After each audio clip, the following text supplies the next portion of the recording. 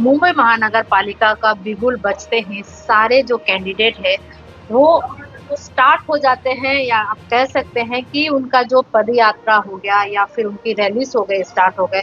लेकिन इस वक्त मैं जहाँ पे बैठी हूँ, ये वैसा जगह है जो 12 महीना स्टार्ट रहता है। आप कह सकते हैं कि ये जो शिवसेना का शाखा है, यहाँ पे आप 12 महीना आ सकते हैं और आने के बाद आप जो भी आपकी प्रॉब्लम्स होती है वो सॉर्ट आउट कर सकते हैं।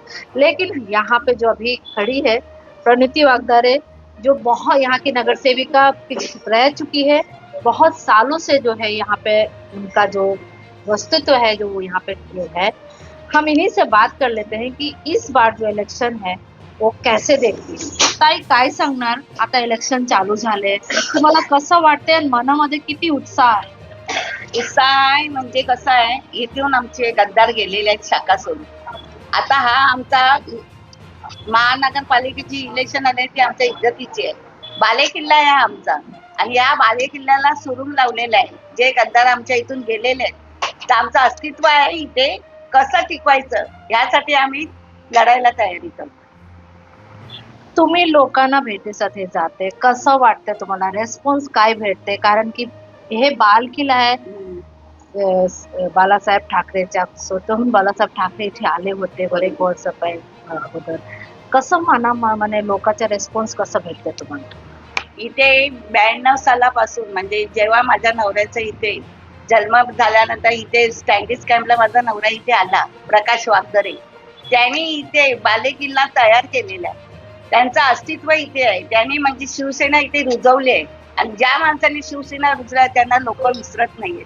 आता मी जिथे जाते तिथे वागदरेलाच जास्त विचारतात. प्रकाश वागदरेने इथे शिवसेना रुजवली, त्यामुळे मी जिथे जाते तिथे लोक मला प्रोत्साहन देत आहे.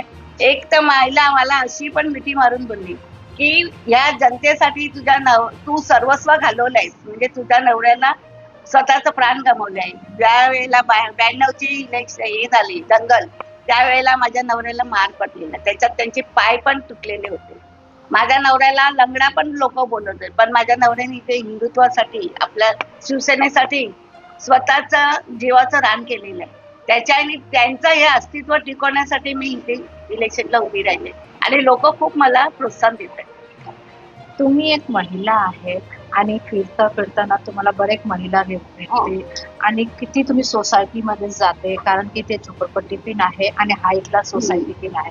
तुम्हाला तिथे कसं मॅनेजमेंट तुम्हाला भेटतं? कारण जिथे तिथे गेलेले ना, तिथे जी पंचशील नगरची झोपडपट्टी तिथे फक्त कागदाची होती. तिथे माझ्या नवऱ्यांनी लाईट दिलं, पाण्याची सोय केली, त्याच्यामुळे तिथली जनता आम्हाला विसरत नाही. तिथे पण आम्हाला प्रोत्साहन देत आहे, बिल्डिंग मध्ये पण आम्हाला प्रोत्साहन देत आहे. कारण आता जिथे जरी 25 वर्ष शिवसेनेचा नगरसेवक होता, पण इथे बीएमसीची शाळा नव्हती. मी नगरसेवक झाल्या त्यानंतर बीएमसीची शाळा झाली. हे रघुनाथ चव्हाण गार्डन मध्ये सगळ्या म्हाडाने जेव्हा सिरक्या कंपनीने आपलं लोखंडाचं सामान ठेवलेलं पूर्ण गार्डनची वाटप. मी जेव्हा नगरसेवक झाले त्यावेळेला ते गार्डन केलं. वरिष्ठ आपल्या सिनियर सिटीजन साठी बसायला जागा दिली. नंतरच्या नगरसेवकांनी तिथे थोडं डेव्हलप केलं, पण सुरुवात मीच तिथे केली. गणपतीचा तलाव जे विसर्जनासाठी बीएमसी तर्फे आम्ही मैदानात कृत्रिम तलाव केला, ते माझ्या ह्याच्यातनच झालं. ज्या वेळेला आपल्या प्रतिष्ठा नगरमध्ये बाहेरून लोक येतात, प्रेत यात्रा असेल किंवा काही भारतीय वर्ग पोस्टमॅन लोकांनी पण मला कंप्लेंट केली की मॅडम आम्ही जर विभागात आलं ना, आम्हाला जर कधी म्हणजे बाथरूमला झालं तर आम्हाला इथे त्रास होतो. आम्हाला तिथे आम्ही बाथरूम बांधतो. म्हणजे माझ्या कारकिर्दीमध्ये तर्फे मी भरपूर कामं केली आणि ही दिसण्यात येत आहे की आताचे नगरसेवक काय आपले फेवर ब्लॉग बघतायत, पत्रेल करतायत, पण जे मुद्दा पाहिजे मराठी शाळा, आज जे गोरगरिबाची मुलं त्या शाळेत शिकतायत, ती शाळा मी माझ्या कारकिर्दीत शिवसेनेमार्फत बांधलेली. नगरसेविका मला ज्यावेळेला उद्धव ठाकरेंनी एक गृहिणी, मला ते एक गृहिणीच होती, त्यांनी सांगितलं, उद्धव साहेबांनी स्वतः माझ्या नवऱ्याला सांगितलं लेडीज सीट आहे तुला दिली असे, पण लेडीज सीट आहे तुझी महिला मिसेस जर तयार असेल तर मी देतो.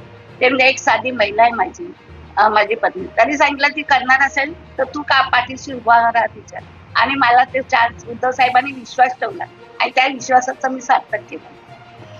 आता एक गोष्टी जे मला सांगायला करायचे होते की अगोदर हे हे बालकिलाच आहे. हो. पण बरेच माणसं बाहेर पडून आले. आता HIG, MIG झाले हम्म. तेव्हा बरेच रिपोर्टर्स, पोलीसवाले ते बाहेरचे माणसं आले. हम्म. ते माणसाला तुम्ही कसं शिवसैनिक म्हणे हुडकून शकता? त्या लोकांकडे आम्ही जातो, भेटतो. त्यांनी कसे ते विकत घेतलेले रूम आहेत. त्यांचे मतदान आहेत, पण सगळ्यांचे नाही. पण जे ते आहेत ना, ते सगळे म्हणजे माझ्या नवऱ्याने एवढं काम केलेलं आहे ना, त्याच्याने ते सगळे त्यांना ओळखतात. ते सगळे जण आम्हाला सांगतायत की वागदरेंचंच आहे इथे. वागदरेंना मी विसरणार नाही. आणि त्यांच्या ह्याच्यावरच मला खात्री आहे की मी निवडून येईन म्हणून. लाडकी भाऊ झाला, लाडके बहीण झाला, हम्म. आता लाडकी बायको स्टार्ट झाले, काय बोलणार? लाडक्या बायकोबद्दल मी काय सांगणार, कारण माझा नवराच नाही, त्याच्याने मी बायकांबद्दल काय सांगणार. पण माझ्या नवऱ्याने मला भरभरून प्रेम केलेलं आहे, त्याच्याने मला माहिती आहे. तशाच इतर लाडक्या बायको असेल त्यांना आपले त्यांच्या नवऱ्याने सांभाळावं. बाकी मी काय सांगणार याच्याबद्दल. पण जेव्हा तुम्ही पदामध्ये होते तेव्हा हा. तुम्ही शिवसैनिक होते, हो. म्हणजे हाऊसवाईफ न होते. पण आता जिथे बायको आहे सगळे हाऊसवाईफ हा. आहे. सगळ्या हाऊस वाईफ आहे. आता सगळेजण आपल्या बायकांना रस्त्यावर उतरवत आहेत. पण माझ्या नवऱ्याला खरं सांग, माझं घर म्हणजे शिवसेनेच होतं. माझ्या लग्नाच्या आधी माझा भाऊ गटप्रमुख होता. जेव्हा लग्न झालं, माझा दीर सरपंच होता. माझी पुतणी झेडपी मध्ये, ती पण एक 15वी झाली, कॉलेजमधून बाहेर पडली आणि गावी लेडीज सीट झाली. माझ्या नवऱ्याच्या शब्दावर माझ्या नवऱ्याला आमदारकी सारखा मान आमच्या जैतापूरला होता. इथून तिला गावी नेली आणि झेडपीची सीटवर तिला लढवलं. पहिल्याच ह्याच्यात ती निवडून आली. म्हणजे आमचं घरानं खरं म्हटलं तर राजकारणाच आहे. माझा दीर 3 वेळा सरपंच झाला, माझा पुतण्या सरपंच झाला. आता माझी सून आहे ती ग्रामसेविका आहे. म्हणजे आमच्या घरात हे राजकारणच आहे. त्याच्याने मी आपोआप शिकून गेलेली. काय लोकाला काय आव्हान केलं? कारण की मी जास्त बोलणार नाही. नाही, माझं आव्हान काही नाही. मी निवडून आल्यानंतर भाजी मार्केटसाठी भूखंड जो राखीव होता, त्याच्यात कसं होतं, कारण प्रत्येक बिल्डिंग मध्ये कुठे पोस्ट ऑफिस आहे, आरोग्य केंद्र आहे. मला ते एका ठिकाणी करायचं होतं आणि ते भूखंड राखीव होतं. ते आता विकला गेलंय. त्या भूखंडामध्ये भाजी मार्केट, मच्छी मार्केट, पोस्ट ऑफिस, आरोग्य केंद्र, दवाखाना, परत इतर काय बिल, लाईट बिल भरण्याचं हे सगळं आम्ही एका बिल्डिंग मध्ये घ्यायचं ठरवलं आणि ते पास पण झालेलं. आणि नंतर माझ्या नवऱ्यांना, माझा नवरा ऑफ झाल्यानंतर तिथे लक्ष कोणी दिलं नाही. आणि आता ती जागा माड्याने भाजपवाल्यांचे कोण प्रवीण दरेकर यांना ती बँकसाठी विकलेली. पण मी जर निवडून आल्यानंतर त्याचाच पाठपुरावा करणार आहे. कारण माझ्या या जनतेसाठी 41,000चे आमचे लोक असतील, मार्केट नाहीये. मला ते सगळं एकाच ठिकाणी घ्यायचं, त्याच्यासाठी मी लढा करणार. तो ये थे प्रणति वाघधारे, जिनका साफ यही कहना है कि अपने जनता के लिए जो भी उनके लिए पॉसिबल होगा वो काम करके जरूर दिलाएगी। और सबसे बड़ी बात है कि यहाँ पे जो भाजी पालक का जो ये इस जगह है वो कई सालों से, क्योंकि मैं खुद प्रतीक्षा नगर में रहती हूँ तो मुझे भी यहाँ के प्रॉब्लम्स के बारे में पता है। तो भाजी पालक का जो एक स्पेस जो है उन्हें नहीं मिल रही है और बीएमसी बार बार आकर के उनके दुकान जो है तोड़ देती है, जो उनके लिए बहुत ही दर्दनीय होता है, उनके लिए बहुत हार्ड फीलिंग होता है, क्योंकि उनकी वो रोजी रोटी है। और इनका साफ यही कहना है कि अगर मैं जीत के आती हूँ तो पहले वो भाजी पालक का जो प्रॉब्लम्स है वो सॉर्ट आउट करेंगे। कैमरामैन अभिषेक के साथ संध्या।